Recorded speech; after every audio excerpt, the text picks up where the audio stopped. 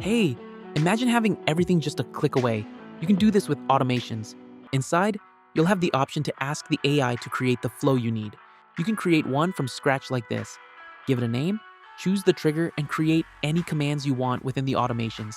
Then, add the steps you want it to follow. Complete the configuration, and you're done.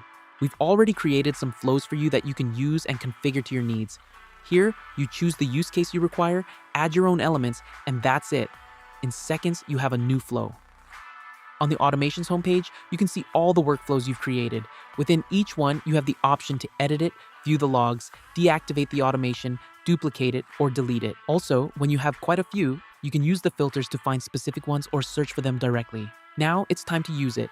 From your chat, simply call the automation you created, in this case, with the command we assigned to this flow. That's it. Creating an automation you'll use every time is that easy. Automate stand-ups and check-ins and get your time back. See you soon.